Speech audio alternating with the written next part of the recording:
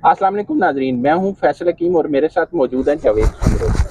आज के वीलाग में हम बात करेंगे सुप्रीम कोर्ट के हवाले से, क्योंकि एक दफ़ा फिर पूरी कौम की नज़रें जो हैं वो सुप्रीम कोर्ट पर लगी हुई हैं। कहीं पर मखसूस नशिस्तों के हवाले से इलेक्शन कमीशन ने नज़रसानी की अपील दायर कर दी है, तो दूसरी तरफ जो बिल पास हुआ है इलेक्शन एक्ट का तरमीमी बिल, उसको पाकिस्तान तहरीक इंसाफ की तरफ से सुप्रीम कोर्ट में चैलेंज कर दिया गया। आइंदा चंद दिनों में इस हवाले से क्या होने वाला है और सुप्रीम कोर्ट क्या कर सकती है, इस मौजू पर हम गुफ्तगू करेंगे आज के वीलाग में। तो सबसे पहले बात करते हैं जो इलेक्शन कमीशन की तरफ से मखसूस नशिस्तों के फैसले के खिलाफ जो है वो नज़रसानी अपील दायर की गई है, और मखसूस नशिस्तों के हवाले से जो फैसला आया था उसमें सुप्रीम कोर्ट ने ये कहा था कि PTI को मखसूस नशिस्तें दी जाएँ। उस फैसले को कहा जा रहा है कि वो मुतनाज़ा फैसला है, क्योंकि उसमें PTI जो है वो फ़रीक नहीं थी, और जो दरख्वास्त थी वो सुन्नी इत्तेहाद कौंसिल की थी। पूरे मुल्क में काफ़ी ले दे हुई उस दरख्वास्त पर और उसके जो फैसला हुआ उस पर, और अभी तक उस पर जारी है। आज वफाकी वज़ीर इत्तलात ने प्रेस कॉन्फ्रेंस भी की, उसमें भी ये दोबारा जिक्र किया कि एक ऐसी पार्टी जो ऐवान में मौजूद नहीं है उसको मखसूस नशिस्तें कैसे दी जा सकती हैं। तो जावेद सुमरो, अभी तक की जो सूरत हाल है, जो फैसला है सुप्रीम कोर्ट का, अभी तफसीली फैसला नहीं आया, उसके बावजूद जो है आप देखें पीपल्स पार्टी भी, मुस्लिम लीग नून भी सुप्रीम कोर्ट में जा चुकी हैं, और आज इलेक्शन कमीशन ने भी नज़रसानी अपील दायर कर दी है। क्या होने जा रहा है, क्या देखते हैं?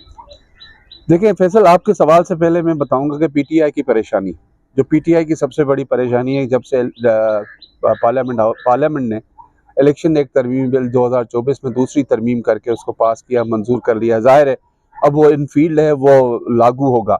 लेकिन पाकिस्तान तहरीक इंसाफ के जो कायदीन है वो कह रहे हैं कि जी ये रेट्रोस्पेक्टिव नहीं होगा, यानी कि इसका इतलाक माजी से नहीं होगा, आप मुस्तकबिल से इसका इतलाक कर सकते हैं। अब बात यहाँ पे आके फंसी है, झगड़ा ये है। अब इस साली सूरत हाल को देख के मैंने ज़ाती तौर पर मुशाहिदा किया कि पाकिस्तान तहरीक इंसाफ के कायदीन के अंदर बहुत ज़्यादा पैनिक है कि यार अब हमारे साथ हो क्या गया। उन्होंने शायद ये सोचा ही नहीं था कि हुकूमत की तरफ इस किस्म का जो है इस किस्म की जो चाल है वो खेली जाएगी। हुकूमत ने खेल ली, हुकूमत ने अपना तरमीमी एक मंजूर करवा लिया, अब वो रेट्रोस्पेक्टिव होगा, उस पर अमल करने जा रहे हैं। तो अब जाहिर है इस वक्त PTI के पास वापस PTI जो है वो 0/0 पे है। अब PTI को महसूस हो रहा है कि उनके उनको जो रिजर्व सीट्स थी 22-23 सीट्स हैं वो उनको मिलनी नहीं है। तो उन्होंने फौरी तौर पर सलमान अकरम राजा के साथ मिलकर जो है उन्होंने एक दरख्वास्त सुप्रीम कोर्ट में दाखिल की है आज, और उसके अंदर उन्होंने वाज़ेह तौर पर इस सारे अमल को कहा है कि जी जो सूरत हाल है अदालत इसको देखे, रिव्यू करे, और सारी सूरत हाल को इलेक्शन एक्ट तरमीमी बिल को जो पास हुआ है, मंजूर हुआ है, उसको कलअदम करार दे। और जब तक ये दरख्वास्त ज़ेर समात रहेगी तब तक इलेक्शन कमीशन को हुक्म दिया जाए कि वो इस किस्म का कोई फैसला ना करे कि जो उनको दी जाने वाली रिजर्व सीट्स हैं वो अब किसी और सियासी जमात को दी जाए। तो अब परेशानी जाहिर है पाकिस्तान तहरीक इंसाफ के क्वार्टर्स के अंदर है, वो अब देखें इस मामले को क्या करते हैं। लेकिन उसके फौरी बाद एक जो अहम चीज़ सामने आई वो थी इलेक्शन कमीशन की, कि इलेक्शन कमीशन की जानिब से जो है एक रिव्यू पटिशन 12 जुलाई वाले फैसले पर शॉर्ट ऑर्डर को सामने रखते हुए उन्होंने नजरसानी की दरख्वास्त दाखिल कर दी है। वो नजरसानी की दरख्वास्त भी लगना ना लगना भी एक बड़ा मतलब एक समझ लें कि एक बहुत बड़ी चैलेंज है। लेकिन उससे पहले मैं अपने अवाम के लिए, अब देखने वालों के लिए ये खबर दे दूं कि सुप्रीम कोर्ट में इलेक्शन कमीशन का जो पहले केस था, जो केस उन्होंने हारा 12 जुलाई को, उसमें जो वकील था उन्होंने वो वकील चेंज कर लिया। अब वकील आ गए सजील सवाती, अच्छे वकील हैं और समझदार वकील हैं, बाहर से पढ़कर आए। उसके अलावा इनसे पहले जो सिकंदर बशीर मोहम्मद साहब थे उनको उन्होंने रिमूव करके सजील सवाती को ले आए। जावेद, ये बताइएगा, आपने वकील तब्दील करने की बात की, बशीर मोहम्मद के हवाले से भी यही है कि वो एक अच्छे और जानदार वकील हैं, और जाहिर है उनके केस में दलाइल भी बड़े दबे। फैसला एक अलहदा चीज़ है कि फैसला उस हवाले से क्या आया। क्या रिव्यू पिटीशन में वकील तब्दील किया जा सकता है, ऐसी कोई शिक मौजूद है? बिल्कुल किया जा सकता है। जब supreme court rules and procedure वाला कानून पास किया गया पार्लियामेंट की जानिब से, उसके अंदर ये इजाज़त दी गई है कि रिव्यू पटिशन के अंदर जो मुवक्किल है, क्लाइंट है किसी भी वकील का, वो अपना जो है वकील चेंज कर सकती है। इसी वजह से इलेक्शन कमीशन ने इस सूरत हाल को सामने रखते हुए अपना वकील चेंज किया है। मैं यहाँ पे इसलिए बताऊंगा सजील सवाती की ये बात कि सजील सवाती समझदार हैं, वो अच्छे तरीके से इस मामले को आगे ले सकते हैं। लेकिन उनके लिए भी एक परेशानी का पहाड़ जब केस समाअत के लिए मुकर्रर होगा, ये 12-13 रुकनी बेंच जो जब सुनेगा दोबारा, तो उनके लिए फिर से एक मसला ये पैदा होगा कि क्या सजील सवाती दोबारा री आर्ग्यू करेंगे सारे केस को, जबकि रिव्यू पटिशंस के अंदर हमारा ये तजुर्बा है और हमने ये देखा है पिछले 16-17 सालों में रिव्यू पटिशन के अंदर अदालत दलाइल एक्सेप्ट नहीं करती, मेरिट के ऊपर जाकर दलाइल देना वकील को इजाज़त नहीं होती। सिर्फ अदालत ये पूछती है कि आप हमें बताएं हमारी जजमेंट में गलती कहाँ पे है, कौन सी जगह पे।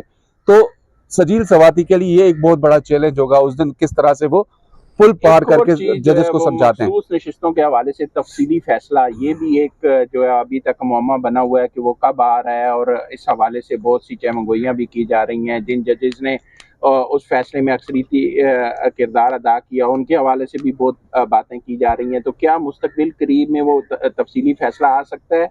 कितना आने के चांसेस हैं, और उस तफसीली फैसला आने के बाद की सूरत हाल में ये जो रिव्यू पटिशन है उसके बाद ही शायद लगेंगे?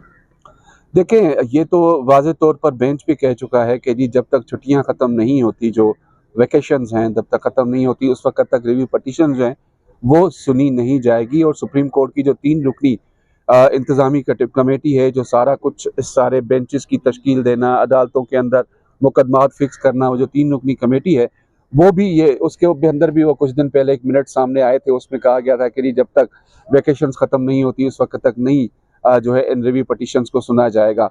अलबत्ता जो सबसे बड़ा सवाल है वो यही है कि सुप्रीम कोर्ट जो है अपना डिटेल जजमेंट वो अब 8 जज साहिबान जो है वो कब देते हैं।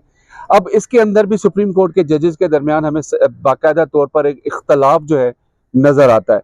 5 रुकनी जज साहिबान जिसमें चीफ जस्टिस ऑफ पाकिस्तान हैं, जस्टिस अमीनुद्दीन खान हैं, जस्टिस नईम अख्तर अफगान हैं और बाकी, उन्होंने वाज़े तौर पर अपने नोट्स के अंदर ये लिखा है कि अभी तक जजमेंट ना जो इंसाफ फराहम करने की राह में सब एक जो है ना वो परेशानी का बायस होती है। जबकि अब मेरी ज़ाती इतला ये है कि ये जो जजमेंट है जस्टिस मंसूर अली शाह जिन्होंने अनाउंस की थी 12 जुलाई को, उन्होंने तकरीबन लिख चुके हैं। अब उसकी नोक पलक ठीक की जा रही है और नोक पलक ठीक करने के बाद हो सकता है कि आइंदा हफ्ते जो है ये जजमेंट वो जारी कर दी जाए। अच्छा, एक और आज के वीलाग में हम थोड़ी सी बात करेंगे। आज बानी पीटीआई ने अडयाला जेल में गैर रस्मी गुफ्तगू की है और उन्होंने एक मुतालबा किया है और वो मुतालबा है मशरूत माफ़ी का। वीडियो सामने लाई जाएं, अगर कोई कारकुन हुआ तो उसे मैं पार्टी से निकाल दूंगा, माफ़ी मांग लूँगा, इस तरह की बातें उन्होंने की हैं। क्या 9 मई का जो वाक़या हुआ था, क्या सिर्फ उसके लिए माफ़ी काफ़ी है? क्या उन किरदारों को सज़ा देना नहीं बनता जिन्होंने रियासती इदारों को रियासत के ख़िलाफ़ इक़दाम किया, रियासती इदारों की जो या अहम जो तनसीबात थी उनको निशाना बनाया? क्या माफ़ी काफ़ी होगी? या देखें फैसल, सियासत के मैदान के अंदर माफ़ी जो है ना वो बहुत बड़ा लफ्ज़ होता है, क्योंकि अगला जो माफ़ी मांगता है उसकी पूरी सियासत स्टेक पे आ जाती है। आज जिस तरह से ये बात Adiala jail 190 million pound case के दौरान जो हमारे सहाफ़ी दोस्तों से बात की है खान साहब ने, और उसके अंदर वाज़े अल्फाज में उन्होंने कहा जी माफ़ी मैं क्यों मांगूं, माफ़ी वो मांगे। भाई अगर माफ़ी वो मांगे तो फिर तो मामला ख़त्म हो गया। आप तो मुज़ाकरात की टेबल पर बैठने के लिए राज़ी नहीं है, अब आप माफ़ी की बात क्यों कर रहे हैं? पहले तो आप मुज़ाकरात के लिए तैयार हों, आप हामी भरें, हाँ जी मैं दूसरे फरीक के साथ मुज़ाकरात करना चाहता हूँ, आए बैठे उन मुज़ाकरात के SOPs बनाएं, उन मुज़ाकरात के अंदर आप क्या क्या बात करना चाहते हैं अपना एजेंडा दें, एक फरीक भी दे, दूसरा फरीक भी दे, उस फरीक होने के बाद उसको चीज़ को बाकायदा बैठकर डिस्कस किया जाए। लेकिन ये एक जो बिहेवियर है ना, मैं ना मानूं, मैं क्यों ऐसा करूं, तो ये चीज़ अगले फरीक के लिए बहुत ज़्यादा परेशानी का बायस होती है कि जी मेरा जो दूसरा फरीक जिसके साथ मैंने बात करनी वो मान ही नहीं रहा, तो उसके साथ जाके मैं बैठूं क्यों? फिर इस किस्म की स्टेटमेंट तो सामने आनी है। तो जाहिर सी बात है जो भी करनी है वो हुकूमत ने करनी है, और हुकूमत के साथ तो बानी पीटीआई मुज़ाकरात के लिए तैयार नहीं। वो तो रोज उनके ऊपर इल्ज़ाम लगाते हैं, बेशक इल्ज़ाम लगाएं, वो एक सियासी बयान है। वो तो एक दौर था वो मौलाना फजल रहमान को पता नहीं कैसे कैसे अलकाबात से नवाजते थे अपने जलसों के अंदर, लेकिन आज उन्हीं के कायदीन इनके जेल में मौजूद होने का फ़ायदा लेके उन्हीं के पास जाके बैठते हैं, उनसे ही मिन्नत तरले करके कहते हैं कि जी मेहरबानी करके हमारे साथ आएँ और तहरीक तहफ़्फ़ुज़ आइन में हमारा साथ दें। यही महमूद खान अचकज़ई साहब थे जिन्होंने माजी में इमरान खान पर हल्की फुल्की तनकीद की, ये हमारे रिकॉर्ड पे चीज़ें हैं, लेकिन अब वो सामने। तो इस चीज़ को मैं बहुत ज़्यादा माइनर और लो लेवल का समझता हूँ, क्योंकि सियासत के अंदर ऐसी स्टेटमेंट्स दी जाती हैं, पॉइंट स्कोरिंग की जाती है ताकि उनका अपना वर्कर जो है वो मोटिवेट रहे।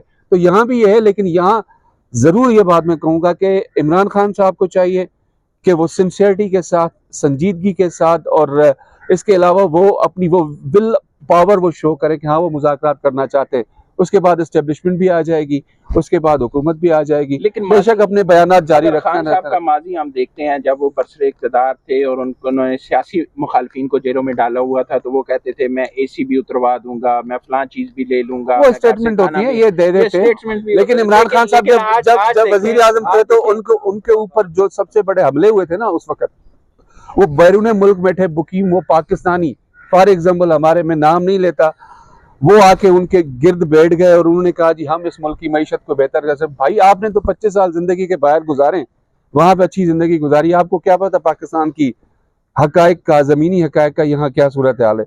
तो इमरान खान साहब से सबसे बड़ी गलती उस वक्त यही हुई कि उन्होंने मुल्क की मईशत उन लोगों के हाथों में दे दी, उनको समझ ही नहीं आई कि पाकिस्तान में होना क्या है। तबाही तो खान साहब ये कहते हैं कि मेरे पास फ्रिज नहीं है। आज वजीर इत्तलात ने कहा कि फ्रिज भी मिल गया उनको, मशीन जो एक्सरसाइज जॉगिंग मशीन वो भी मिल गई। उसके बाद उन्होंने एक दो चीजें और कहीं के बाद वहाँ पे यार इतना हक बनता है यार, इतना हक उसका बनता है। सारी चीजें क्या नहीं, इतना हक उनका मैसर होगी। नहीं, आम पाकिस्तानी को तो खैर जेल के अंदर ये चीजें मैसर नहीं होती। वो तो बेचारे एक बैरिक जिसके अंदर 25 कैदियों की गुंजाइश होती है, वहाँ 450 कैदी बैठे होते हैं, ये बात अलग है। लेकिन चूंकि पाकिस्तान के वो नेशनल लीडर हैं, आलमी सतह की सेलिब्रिटी हैं, तो उनको इतनी सहूलतें मिलनी चाहिए। क्या मैं नहीं, अभी माजी करीब में चले जाएं कि हमारे जो सीनियर सियासतदान उनको जेल हुई थी, उनको जेलों में क्या सहूलतें नहीं मिली थी? वो जेल में जाते जरूर थे, फिर वहां पे 2 दिन गुजारने के बाद अस्पतालों में नहीं जाते थे। तो ये चीजें नॉर्मल हैं, ये माइनर सी चीजें। लेकिन जो असल बात है वो ये है कि इमरान खान साहब को जो विल ऑफ पावर है मुज़ाकरात का, डायलॉग का, हुकूमती सतह पर या दूसरी सतह पर, ताकि मुल्क ऊपर जा सके, मुल्क की मईशत ऊपर जाए, मुल्क की माशरती जो सूरत हाल है वो बेहतर हो, वो उनको सामने रखनी होगी। उनके ना करने की वजह से अगली जो दूसरा फरीक है वो भी कहता है यार छोड़ दो, ये ऐसे ही बातें करते हैं। बहुत शुक्रिया जावेद सुमरो। आज के वीलाग में हमने बात की जो सुप्रीम कोर्ट के कोर्ट में एक दफ़ा फिर बाल चली गई है और आइंदा चंद दिन इस हवाले से हैं। मखसूस नशिस्तों का जो फैसला है तफसीली, वो भी आइंदा हफ्ते आने का इम्कान है और कहा यह जा रहा है कि तकरीबन वो तैयार है, उसकी नोक पलक सवारी जा रही है और आइंदा हफ्ते उसका जो है वो सुनाया जा सकता है। उसके बाद जो रिव्यू पिटीशंस आ गई हैं उनके हवाले से क्या बनने जा रहा है, शायद इसका फैसला भी अगले हफ्ते ही होगा। और मुज़ाकरात जो इस्टेब्लिशमेंट है वो वाज़े तौर पर कह सकी है कि मुज़ाकरात जो है वो हुकूमत ने करने हैं और सियासी मामलात सारे हुकूमत से सियासी जमातें तय करेंगी।